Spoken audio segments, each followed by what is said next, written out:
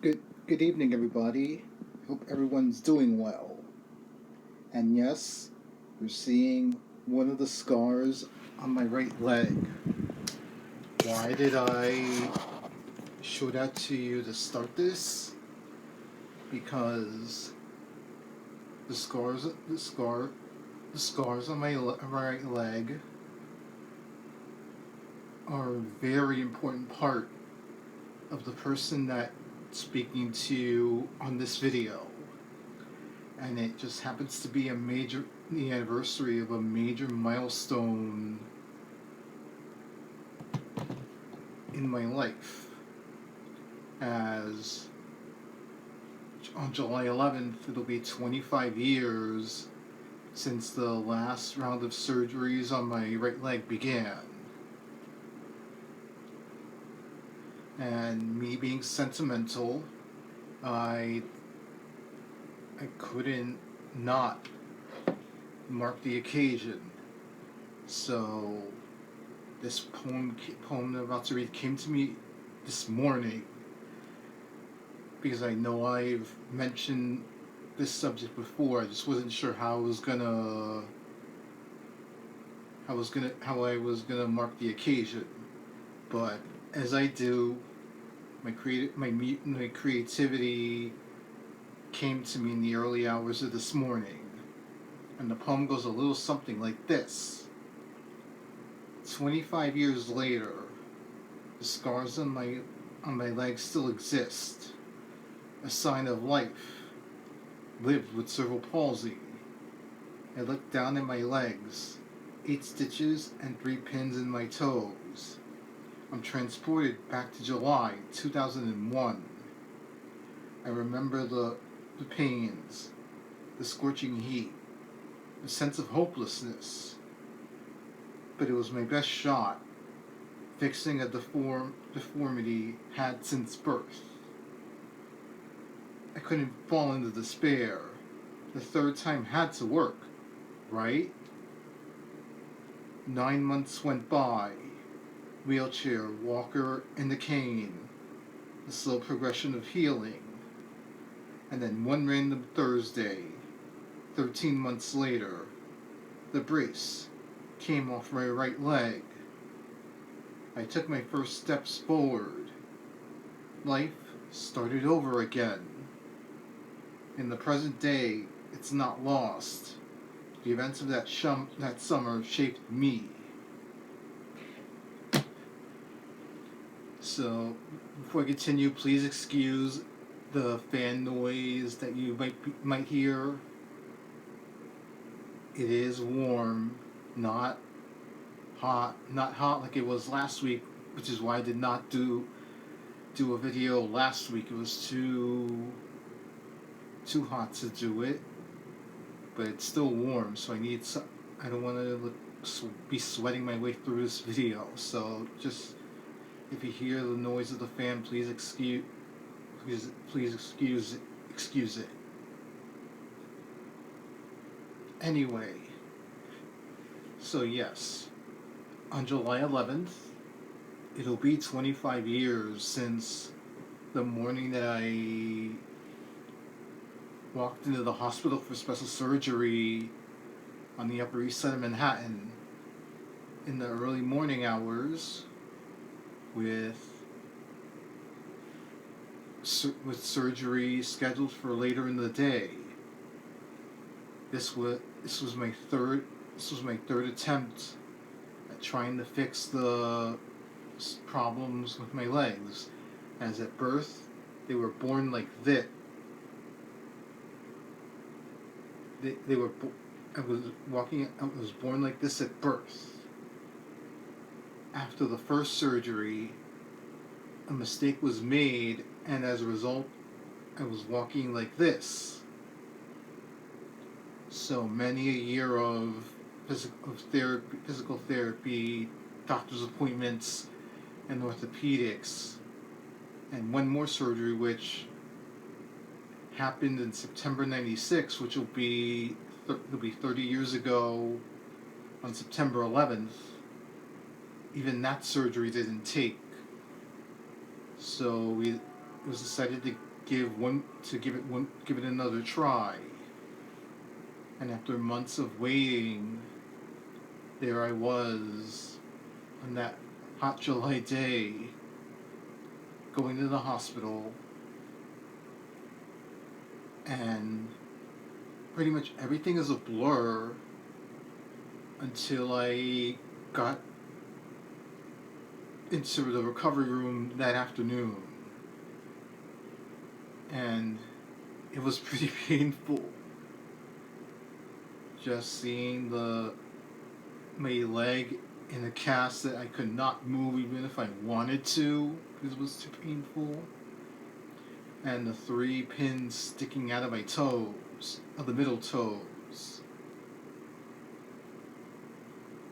It was a painful experience, and I spent 3 days in the hospital before they let me go home on the Saturday, July 14th.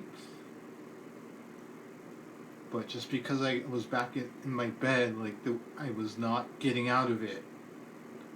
Too much pain, and that cast was so heavy. I truly felt at my lowest because there I am sweating my head off in the heat. My sister was away at Vassar for summer Upward Bound program, which only compounded the sense of misery that I was feeling, and that the fact that certain friends promised to visit me in the hospital, but for whatever reason, they didn't happen. So I was in a mix of pain and frustration that it felt like I was going through the whole thing on my own, even though my parents were taking care of me. Like, I just felt like I'm going through this for myself. And I went through the first prescription of the pain meds like candy, to the point where they had to take it away from me. But as the summer went on, my sister returned home. I started getting physical therapy at home, here in the house, just to be able to learn how to walk again, because I was not strong. My legs were not strong as one imagined, having so many incisions in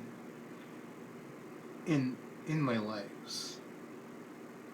It would be 9 long months of going to physical therapy twice a week after school. My dad, may the gods continue to bless him, drove from the Bronx where he worked, picked me up at Long Island City High School in Queens, and drove me to Manhattan twice a week at 4 o'clock in the afternoon. Man, and did that for 9 months, as I slowly made my way back to being able to walk, go from a wheelchair to a walker, to the cane, and ultimately to the brace. And that fateful Thursday in August 2002, I don't remember when this happened. I just know it was 3 weeks prior to my senior year beginning in high school, when my surgeon, Dr. Roger Widman, says the magic phrase, "You can take the brace off." And I looked completely dumbfounded and afraid, because this is the first time I've taken a step without any help whatsoever. I was fearful that I was gonna injure myself taking my first steps. But then I took my steps. I was so happy. My mom was happy because she accompanied me to that visit. She was happy. And I've said it time and again, that random Thursday in August 2002 is the happiest day of my life. No matter what I do creatively, no matter where I travel, no matter if I end up relationship or married or have kids, like, as awesome as all of that is, to me nothing compares to being able to walk on my own 2 feet after a lifetime of misery, having to deal with all the complications with the deformity. I just felt normal for the first time in my life. Even though at times now I still feel like a freaking weirdo. But to be able to take the first steps on my own, like I finally felt like I was beginning to be normal again after so many years. And I don't take that for granted. Not these days. I mean, I don't move as fast as I used to, but at least I'm able to move my feet with a lot more confidence than I did back then. And I can't thank the hospitals for special surgery enough for all their help through the entire process. I can't thank my surgeon, Dr. Roger Widman, enough for his skill and expertise. The man literally brought me back to life after so many years of feeling dead. Metaphorically, of course. And I know I've mentioned my legs more times than even I can count at this point. But it's such a major part of my story. Like, without my legs and all the challenges with them, it's not me. So in a way, like that, this moment in time has shaped my future, and if only me then could have possibly imagined all the things I would be doing now, see me now, and all the things that I've done, all the vacation, all the trips, all the moments I've danced. Like, 2001 me didn't even think any of that was possible. But it all happened because I wanted to feel as normal as I possibly could. And here I am 25 years later, bringing this entire saga together, looking back fondly, and in eternal gratitude to everyone that helped me along the way. And I'd be remiss that I would not forget my therapist, Erin. I don't know her last name. I never found out her last name. But she, with her saintly patience, put up with the fact that my dad was coming in from the Bronx, picking me up in Queens, and dropping me off in Manhattan during the rush hour commute. And we were late more than once, but her saintly patience, I am eternally grateful to her, and I just wonder what became of her. So yeah, that's like this is the moment that it'll always be part of the story, no matter how many times it gets retold. But it doesn't define me anymore. Well, everyone, that's it for this week's video. I hope all of you have a wonderful rest of your week and an amazing weekend. And I'll talk to you guys again next week. Good night, everybody.